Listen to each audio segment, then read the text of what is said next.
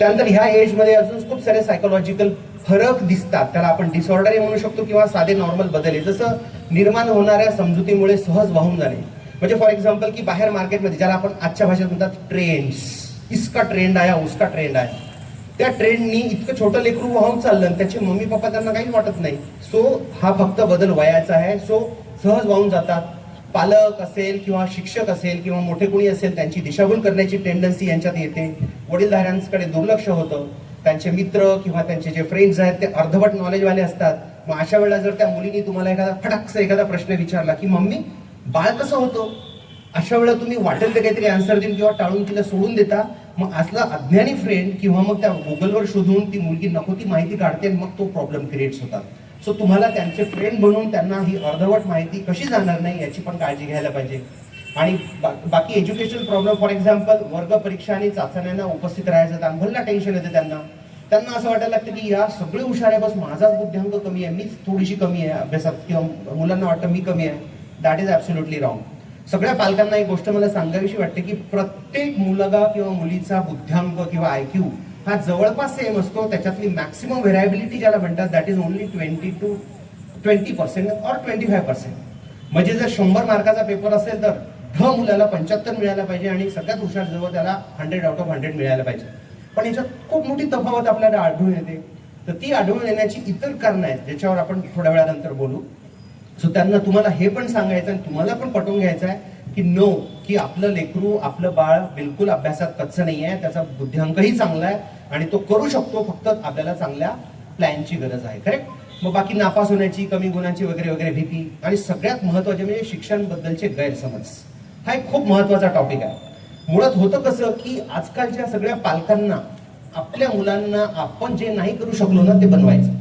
जसं उदाहरणार्थ की सगळ्यांना असं वाटतं की यार वो एलन के क्लासेस लगाएंगे, तो इसके क्लासेस लगाएंगे, इसको नीट कराएंगे, इसको ये कराएंगे, उसको बहुत बड़ा कुछ तो भी बनाएंगे.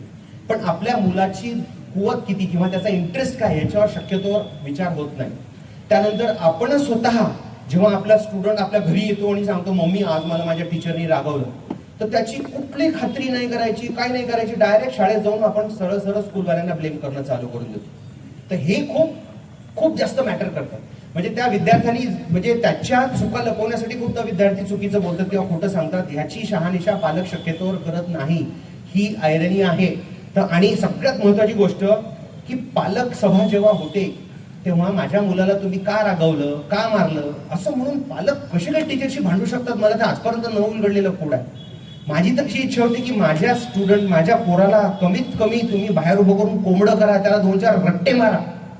बिकॉज आणि नुसतं आज मी खूपदा ऐकतो, म्हणजे मी बऱ्याच ठिकाणी जातो तर पालक उठतात, सर ते माझ्या मुलांनी असं नाही केलं तर त्या सरांनी त्याला उभं केलं. मला असं वाटतं की उभं नाही केलं त्याला कपडे काढून मारायला पाहिजे. अरे बाबा, छडी लागे छमछम विद्या गंगम, इट्स नॉट रॉंग.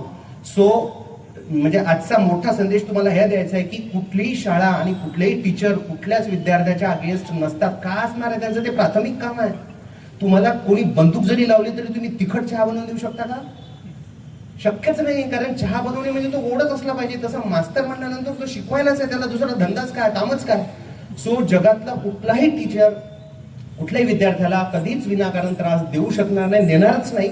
त्याच्यामुळं जर चुकून तुमच्या पाल्याने जर तुम्हाला कुठली कंप्लेंट केली तर त्याला नुसतंच इग्नोर न करता त्याला त्या मुलाला हे दाखवायचा प्रयत्न केला की तुम्हाला त्या गोष्टीबद्दल कुठलाही आक्षेप नाही, जेणेकरून पुन्हा ती शिक्षा मिळू नये म्हणून तुमचंच लेकरू सुधरेल, त्या शिक्षकाचं काहीच जात नाही. एक लक्षात घ्या. त्याच्यामुळं शाळेबद्दल जे गैरसमज आपल्या मुलांमध्ये असतात त्याच्याविषयी सगळ्यात मोठा जर कोण खलनायक असेल ना तर आय कॅन बेट ते फक्त पॅरेंट्स आहेत. इथे बसलेले टीचर्स माझ्या गोष्टीला अग्री करतील की जोपर्यंत गुरुच्या विषयी त्या पाल्याच्या मनात एक आदरयुक्त भीती निर्माण होत नाही त्या विद्यार्थ्याचं, म्हणजे असं नाही 100पैकी 100 मुलांना हे अप्लिकेबल आहे, काही काही जण सेल्फ मेड असतात, परंतु जर आपण मॅक्सिमम रेशिओ काढला तर 70 to 80% स्टुडंट्सला त्यांच्या टीचर्स विषयी आदरयुक्त भीती असणं अतिशय गरजेचं आहे. आणि एक लक्षात ठेवा, आपलं brain is not lesser than a hard disk. Hard disk माहिती आहे का कोणाला, मातांना इथल्या बसलेल्या? हार्ड डिस्क म्हणजे जसं कम्प्युटर जे असतं त्याची सगळी मेमरी एका छोट्याशा एका इन्स्ट्रुमेंटमध्ये साठवल्या जाते. त्याची गंमत अशी असते की फॉर एक्झाम्पल त्याची सपोज 100 किलोची कपॅसिटी, आपण किलो हा शब्द एवढ्यासाठी टाकू की बऱ्याच जणांना नाही कळलं, त्याची जर कपॅसिटी असेल की त्याच्यात 100 किलोच फक्त डाटा किंवा माहिती जाऊ शकते. तर तुम्हाला जर शेवटचा 1 किलो एक्स्ट्रा टाकायचा असेल तर तुम्हाला 1 किलो पहिले काढावा लागतो, मगच तुम्ही टाकू शकता. म्हणजे मटक्यासारखं असतं ते, की एक्स्ट्रा पाणी टाकायचं असेल तर पहिले मटका रिकामा करावा लागतो. मग जर माझ्या पोराच्या डोक्यात किंवा मुलीच्या डोक्यात ते जर्मन सॉन्ग, कोरियन सॉन्ग, रात्रीच्या टीव्ही सिरियल्स, त्या काय काय असतात ते, हे सगळं जर डोक्यात भरलेलं असलं तर त्या बाळाच्या डोक्यात अभ्यासाचं कुठून जाईल. सो त्याच्यासाठी ॲज अ पॅरेंट्स तुम्हाला ही गोष्ट अतिशय बारकाईने बघायची आहे की त्याच्या डोक्यात, त्याच्या मेंदूमध्ये अभ्यासाच्या व्यतिरिक्त बाकीचा फालतूचा डाटा अजिबात जायला नको. So the store it should store only the needful data, जो अभ्यासासाठी मर्यादित आहे. आणि आपल्या बाळाची हेल्थ ही फक्त फिजिकल हेल्थ नसते की त्याचा अभ्यास म्हणजे शरीर चांगला म्हणजे झालं, तर तो शारीरिकदृष्ट्या सुद्धा हेल्दी असावा, मानसिक रित्या सुद्धा हेल्दी असावा. म्हणजे काय नेमकं मेंटल हेल्थ म्हणजे काय, की बाहेर निघाल्यानंतर दुसऱ्याला बघितल्यानंतर तो पण खुश झाला पाहिजे आणि लोकांनी सुद्धा त्याच्याकडे हसून बघितलं पाहिजे, असं त्याचं वागणूक किंवा सगळं पाहिजे. त्यानंतर किंवा बाहेर गेला त्यांनी चिप्स खाल्ले तिथंच फेकून दिले तरी पॅरेंट्स त्याला काहीच म्हणत नाही, टोकत नाही. So that is not the mental health. तुम्हाला ती सुद्धा त्याची दुरुस्त करता आली पाहिजे किंवा चांगली पाहिजे. फॅमिली हेल्थ विषयी आपण बोलणार आहोत की घरातला माहोल कसा असावा. आणि सोशल हेल्थ जे मी तुम्हाला सांगितलं की त्याला बघितल्यानंतर कोणाला त्याचा राग नाही आला पाहिजे. सो ह्या सगळ्या गोष्टीकडे आपल्याला बघायचं आहे. आणि त्यानंतर आपल्या बच्चूची खरंच लाईफ किंवा त्याचं सगळं काही हेल्दी आहे का हे बघायचे. कोणते पॅरामीटर्स आहेत, तर त्याचं वजन सुदृढ असायला पाहिजे. खूप क्रुश पण नको आणि खूप लठ्ठ तर अजिबातच नको, कारण मुलींमध्ये मॅक्सिमम जे प्रॉब्लेम्स होतात ते लठ्ठपणामुळे होतात. त्यानंतर त्याच्या डोक्यावर कुठलाही मानसिक तणाव नसावा. त्यानंतर त्याचं डाएट कसं आहे हे नेहमी बघावं. आणि एक माझा जो म्हणजे माझ्याकडे जे पेशंट्स येतात आणि मग मुलींचं वजन वाढलेलं असतं, नंतर आपण हिस्ट्री घेतो, तर शक्यतो सगळ्या घरांमध्ये काही काही सवयी खूप कॉमन आहेत. घरात किंवा फ्रीजमध्ये जी भाजी दिसली ती करा. हे कधी कोणी विचारच करत नाही की एका आठवड्याला 7 दिवस, 7 दिवसांपैकी 14 वेळा मला स्वयंपाक करायचा म्हणजे माझ्याकडे 14 भाज्यांचं ऑप्शन आहे. Nobody thinks. त्यानंतर एकदा का रविवारी भाजी आणली की ती फ्रीजमध्ये कोंबली की 7ही दिवस तीच काढून काढून खाल्ल्या जाते. तर तुमच्या माहितीसाठी सांगतो की फ्रीजमध्ये भाजी ठेवल्यानंतर दर तासाला त्याची बायोलॉजिकल व्हॅल्यू कमी होते. बायोलॉजिकल व्हॅल्यू म्हणजे त्याच्यातल्या सत्वांचे जे परिणाम शरीरावर व्हायचे. म्हणजे तुम्ही रविवारी जर पालक फ्रीजमध्ये टाकला आणि तो जर पुढच्या शनिवारी खाल्ला तर जवळपास तुम्ही फक्त गवत खाल्लं, पालक खाल्लाच नाही. त्यानंतर त्या तळणे, भाजणे, उकडणे या सगळ्या प्रक्रियेमध्ये सुद्धा जो खाद्यपदार्थ असतो त्याची व्हॅल्यू कमी होते. आणि म्हणून तुम्हाला तुमच्या जर बाळाची हेल्थ सुधारायची असेल तर तुम्हाला फ्रेश हे खाणं खूप जरुरी आहे. आणि मी एक ऑब्झर्व केलं, डॉक्टर जेव्हाही सांगतात ना हिरव्या भाज्या खा, त्या गोष्टींना लोक इतके कचऱ्यासारखे घेतात, म्हणजे जसं काही बस हे डॉक्टरचं काम आहे हे शब्द म्हणणे, म्हणून डॉक्टरने म्हणलं आपलं काम आहे की नाही, इकडून ऐकायचं इकडून सोडायचं. पण खरं सांगतो, तुम्ही जे औषध घ्यायला येतं ना पैसे देऊन, त्याच्यापेक्षा 10 पटीने इम्पॉर्टंट असतं ते भाज्या खाणं आणि फळं खाणं. त्या मॅडम बघा हसतायत की ते खरं आहे, पण तुम्ही सांगता पण कोण ऐकतच नाही. थोडासा मॅडमला माहिती आहे, म्हणजे इतकं महत्वाचं आहे ते. म्हणून तुमच्या पाल्यांना आणि स्वतः सुद्धा भाज्यांचं प्रमाण आणि फळांचं प्रमाण खाणं अतिशय ठेवणं व्यवस्थित जरुरी आहे. त्यानंतर हॅपी मॉर्निंग म्हणजे तुमचं लेकरू उठल्यानंतर तुम्ही जस्ट इमॅजिन करा, त्याला जबरदस्ती हलवून उठवलं, ते चिडचिड करून उठतं न ग, जातं न ग असं म्हणून उठलं, तडतड करून बाथरूममध्ये गेलं, आंघोळ घातली, कपडे गेले, स्कूलला जाऊन बसलं. तुम्हाला वाटते ते मास्तरनं शिकवलेलं डोक्यात घुसल? शक्य आहे? अजिबातच नाही.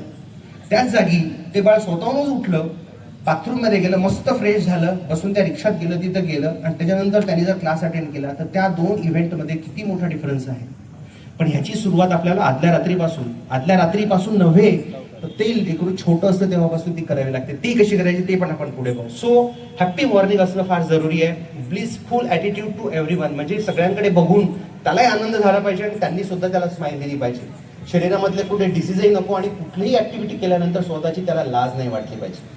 सो आयडियली जर बघितलं तर नंबर ऑफ प्रॉब्लेम्स आहेत ह्या एज ग्रुपमध्ये. प्रत्येकासोबत बद्दल बोलणं आपल्याला शक्य नाही आहे. पण जर खरं विचार केला तर माझ्या हिशोबाने ना आजच्या जनरेशनचे सगळ्यात मेजर जर कोणते प्रॉब्लेम असतील तर हे 4. एक तर टेलिव्हिजन किंवा त्या सिरियल्स, दुसरा सगळ्यात मोठं भूत आहे ते सोशल मीडिया जे आता सरांनी सांगितलं, तिसरं हे मूवीज वगैरे, आणि सगळ्यात मेन म्हणजे वेस्टर्न कल्चर. ते लोक आपल्याकडे येऊन सगळं शिकून चाललेत आणि आपण त्यांचं कल्चर फॉलो करता करता आपली स्वतःची फॅमिलीची, स्वतःची घरादाराची, देशाची कशी वाट लावतो हे आजच्या पिढीला कळतच नाहीये. आणि हे सगळे टॉप किलर्स आहेत भारतामध्ये, त्याच्यामुळं मॅक्सिमम बच्चूसचे डेथ होतात, त्याच्यावरशी जास्त बोलत नाही. ऑलरेडी आपले लेकर खूप परेशानीमध्ये आहेत, त्याच्यासाठी संस्कार हे एकमात्र सोल्युशन आहे. तर संस्कार म्हणजे नेमकं काय, मला वाटतं की मॅडम याच्याविषयी जास्त चांगलं बोलतील. Over to you.